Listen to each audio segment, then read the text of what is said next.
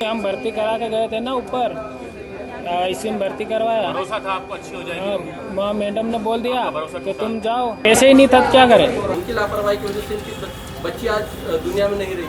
वो तो 2 बच्ची थी, गनीमत रही। अगर उससे ज़्यादा भी होती तो वो भी वहाँ पे शायद वो चूहे खा जाते। तो ये तो 2 बच्चे, वो भी आदिवासी का मामला है, इसलिए तो दबाया जा रहा है, हमें ऐसा लगता है। मध्य प्रदेश के एक सरकारी अस्पताल में चूहे के काट लेने से नवजात शिशुओं की मौत का मामला क्या सरकारी डॉक्टर और सरकारी महकमा दबा रहा है?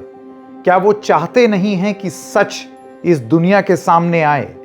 क्या वो ये इसलिए कर पा रहे हैं क्योंकि जिन नवजात शिशु की चूहे के काटने से मौत हुई उनके माँ बाप गरीब हैं और उनको चलाया जा सकता है, कुछ भी झूठ बोला जा सकता है, बहलाया फुसलाया जा सकता है। दरअसल हम एक कार्यक्रम लेकर के आप तक जरूर आए इससे पहले, जिसमें हमने आपको ये बताया कि कैसे नियोनेटल वार्ड में, MY हॉस्पिटल इंदौर के नियोनेटल वार्ड में 2 बच्चों को चूहे के काटने से उनकी मौत हुई, ऐसा आरोप लगा।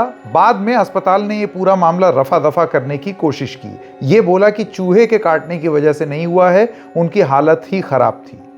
अब इन बच्चों के माँ बाप सामने आए हैं और उनका आरोप है कि उनसे ये मामला छुपाया गया है। उनका आरोप है कि उनको मौत की खबर भी कई दिनों बाद दी गई। क्या ये 2 अलग अलग भारत का प्रतीक है, जहां पर अगर आप गरीब हैं, जहां पर अगर आप मजलूम हैं, तो आपके लिए इस देश में न्याय की गुंजाइश रखना ना के बराबर है?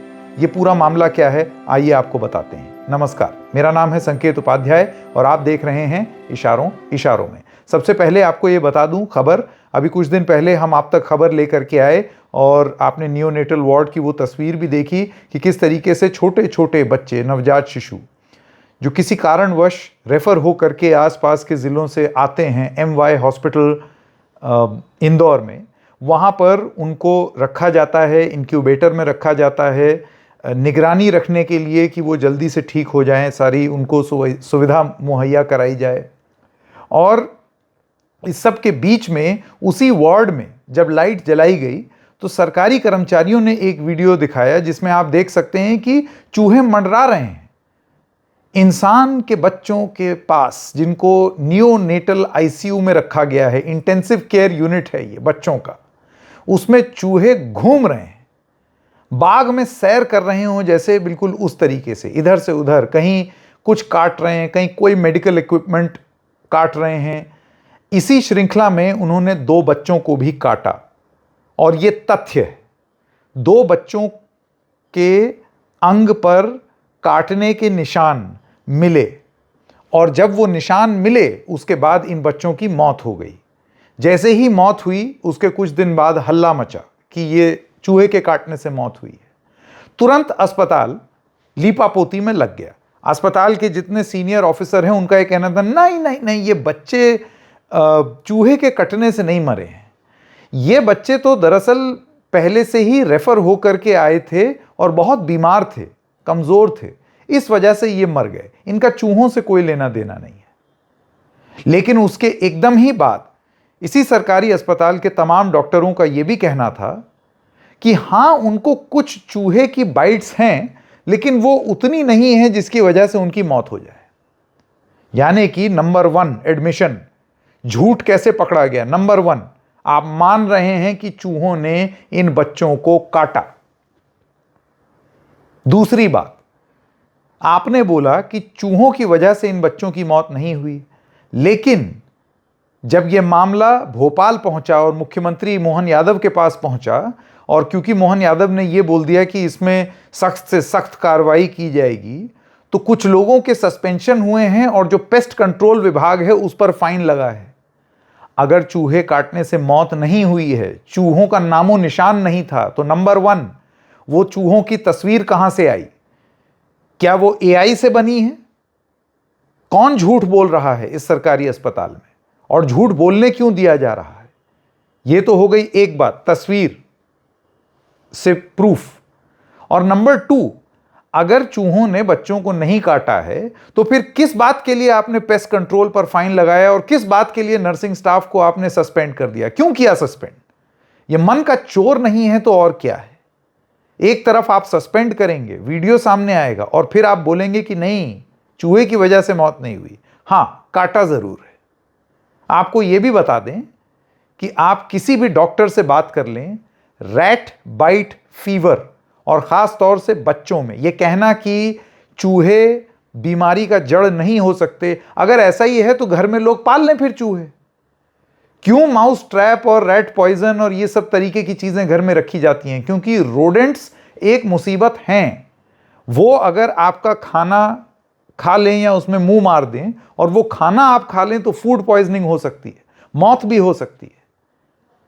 चूहे बहुत सारी बीमारियों के कैरियर भी होते हैं, बड़े बड़े लोगों को वो बीमार कर सकते हैं। और अगर आप इम्यूनो कॉम्प्रोमाइज्ड हैं, जिसका मतलब ये है कि आप ऐसे ही आपका शरीर कमजोर है और ऐसे में अगर आपको चूहा काट जाता है या कुतर जाता है तो आपकी स्थिति और खराब हो सकती है। ये मैं फुल ग्रोन एडल्ट्स की बात कर रहा हूं और ये तो नियोनेटल आईसीयू में बच्चे थे।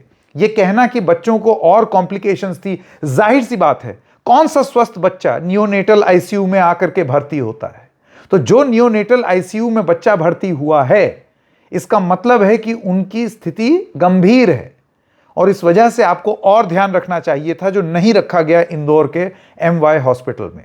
यह किस तरीके की स्वास्थ्य व्यवस्था है, यह किस तरीके का मध्य प्रदेश का एमपी गजब है।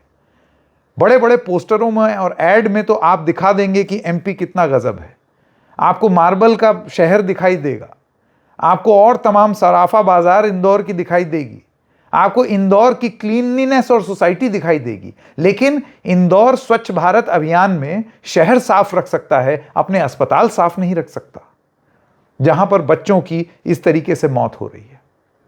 आप सोचिए, मामले को रफा दफा करने की कोशिश की गई। आपके सामने मैं एक आर्टिकल इंडियन एक्सप्रेस का प्रस्तुत कर रहा हूं। रैट बाइट डेथ, साफ साफ कह रहा है रैट बाइट से डेथ हुई है। इन्फेंट्स पेरेंट्स से Indore hospital kept them in the dark, यानी कि इस नवजात शिशु के मां बाप अब सामने आए हैं और उन्होंने बोला है कि हमको तो भ्रम में रखा गया, हमसे ये बात छुपाई गई कि चूहे ने काटा है। यह आर्टिकल और क्या कहता है मैं आपको वो बताता हूं। महाराजा यशवंतराव अस्पताल इंदौर में सीरियस कंजेनिटल कॉम्प्लिकेशन से एक बच्ची सामने आई थी, देवराम और मंजू की बेटी। वो वहां पर एडमिट थी और नियोनेटल आईसीयू वार्ड में इनका दावा है कि इनको बताया भी नहीं गया कि इनकी बच्ची मर गई है, जब तक हल्ला नहीं हो गया, जब तक ये बात नहीं होने लगी। क्या कहते हैं वो मैं जरा यहां पर पढ़ना चाहता हूं। When I left the hospital, my daughter was in good condition. Manju जो माँ है, उनका ये कहना है कि मैं जब अस्पताल से निकली तब बिटिया ठीक हालत में थी, कमजोर भी नहीं थी। हमको ये बताया गया कि उसको सर्जरी की जरूरत है और उसके बाद फिर वो ठीक हो जाएगी। अस्पताल के प्रशासन ने यह कहा कि वो हमें फ़ोन करेंगे, लेकिन फिर हमने कोई फ़ोन कॉल आई ही नहीं। हमें लगा कि सर्जरी के बाद सब चीज़ धीरे धीरे ठीक हो रही है और उसके बाद मैं अपनी बिटिया को अपने हाथों में ले लूँगी। सोचिए उम्मीद एक माँ की, इस उम्मीद में गरीब है ना ये, इनके पास वो लग्जरी नहीं होती है कि ये एक बढ़िया सा रूम ले करके रह लें। जब इनको बता दिया कि नियोनेटल आईसीयू में बिटिया है तो ये किराया करके अपने गाँव चले गए। इतने पैसे नहीं है कि इंदौर जैसे शहर में ये लोग अपना गुजर बसर कर सकें, क्योंकि इनको आश्वासन दिया गया था कि हम फोन कर देंगे तब आप चले आइएगा। ये लोग बेचारे भोले भाले चले आए। देवराज जो बाप हैं वो क्या कहते हैं, हमको ये आश्वासन दिया गया था अस्पताल के द्वारा कि हमको फ़ोन किया जाएगा। एक गेट पास बना था जो कि एक विजिटर की तरह बना था, जिसके बिना आप दाखिल एंट्री नहीं पा सकते, और हम इंतज़ार कर रहे थे कि हमको कॉल आए, क्योंकि उस गेट पास के बिना हमको एंट्री नहीं थी, हमें गेट पास दिया नहीं गया था। हमने अपनी बेटी को कभी भी अबैंडन नहीं किया। एक र्यूमर ये उड़ाना शुरू कर दिया गया कि ये कैसे माँ बाप हैं, ये अपनी बेटी को लावारिस छोड़ करके चले गए। माँ बाप का ये कहना है हमें कहा गया था कि आप चले जाइए, आपको फ़ोन करेंगे तब आप आइएगा, क्योंकि नियोनेटल आईसीयू में है, आप वहाँ जा नहीं सकते हैं। तो जब जा नहीं सकते हैं तो आप क्या करें। माँ बाप का ये कहना है कि हम तो इस इंतज़ार में थे कि हमको फ़ोन आएगा, फ़ोन तो आया ही नहीं, पास इशू हुआ ही नहीं। जब ये पूरा मामला और तूल पकड़ा तो मैं आपको ये बताता हूं कि ये बाप क्या कहते हैं, देवराम, वो कहते हैं कि हम आईसीयू के बाहर 2 दिन तक इंतजार किया, हमको अलाउ नहीं किया गया, ना ही बेटी से मिलने दिया गया। इसके बाद क्योंकि हमारे पास पैसे कम थे, हम अपने गांव चले गए। फिर हमको ये खबर आई कि बेटी चूहे के काटने की वजह से उसकी मौत हो गई है। फिर मैं अस्पताल से निकला, जब मैं अस्पताल से निकला था तब मेरी बेटी ठीक कंडीशन में थी। हमको ये बताया गया था कि ऑपरेशन हो जाएगा, सब कुछ सही हो जाएगा, लेकिन उसके कुछ दिनों बाद हमें यह पता चला कि उसकी तो मौत हो गई। अखबार से पता चल रहा है उनको कि उनकी बेटी की मौत हो गई है, और वो भी चूहे के काटने से। अस्पताल है कि मानने को तैयार नहीं। उनका ये कहना है कि नहीं भाई, कंजेनिटल प्रॉब्लम्स और कॉम्प्लिकेशंस थी जिसकी वजह से हुआ है। वो स्टेटमेंट हमने आपको बता ही दिया। ये मामला तूल तब पकड़ा, माँ बाप का वर्जन तब सामने आया, क्योंकि भाई गरीब इंसान है, गरीब इंसान की सुनवाई कब होती है? डॉक्टर साहब, मेडिकल सुपरिंटेंडेंट मीडिया के सामने ये बोल देंगे इनको तो कॉम्प्लिकेशन था, चूहे की वजह से नहीं हुआ।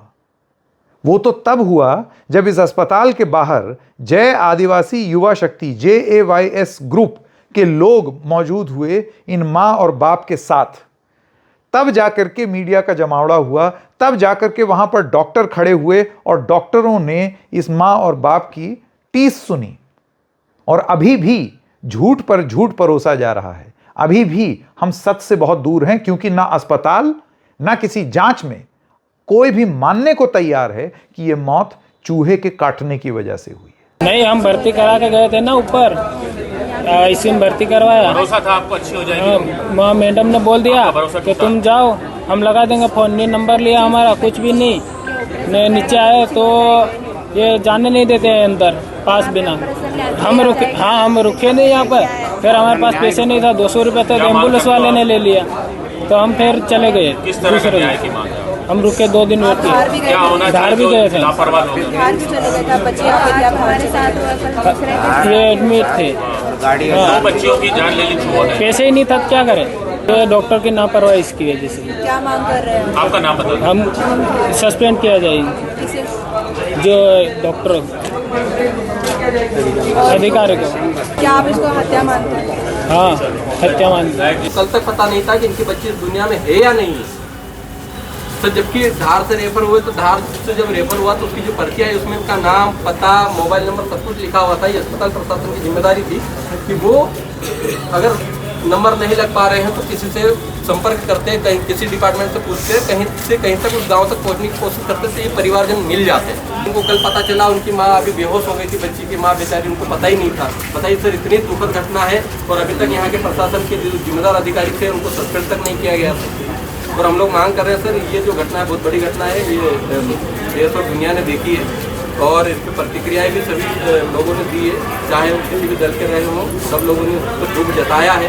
वो बहुत ही दुखद घटना है सर। आप पुनरावृत्ति इस घटना की नहीं होनी चाहिए। एकदम मांग करते हैं कि 1 करोड़ रुपये दोनों परिवार, वो देवास की बच्ची और ये धार की बच्ची, दोनों को मुआवजा राशि उपलब्ध कराई जाए और जो जिम्मेदार अधिकारी थे सर उनका सस्पेंशन लेटर हमको दिखाया जाए। किसी भी समस्या का समाधान सबसे पहले शुरू होता है स्वीकृति से। पहले आप माने, पहले आप एडमिट करें, स्वीकार करने से।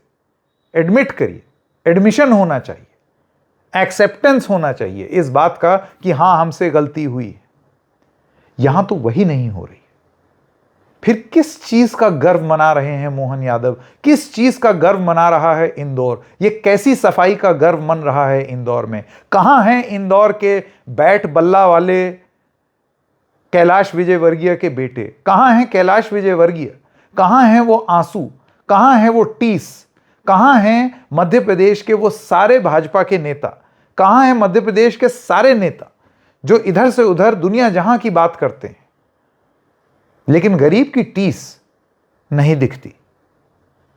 क्या मंजू और देवराम को इंसाफ मिलेगा? क्या अस्पताल ये मानेगा कि उनकी बेटी की मौत चूहे के काटने की वजह से ही हुई या हो सकती है? क्या उसकी निष्पक्ष जांच होगी? रैट बाइट फीवर कितना गंभीर होता है, इसके बारे में क्या किसी निष्कर्ष पर पहुंचा जाएगा? हम देखेंगे। इशारों इशारों में बस इतना ही। फिर मिलेंगे किसी और मुद्दे के साथ। तब तक के लिए नमस्कार।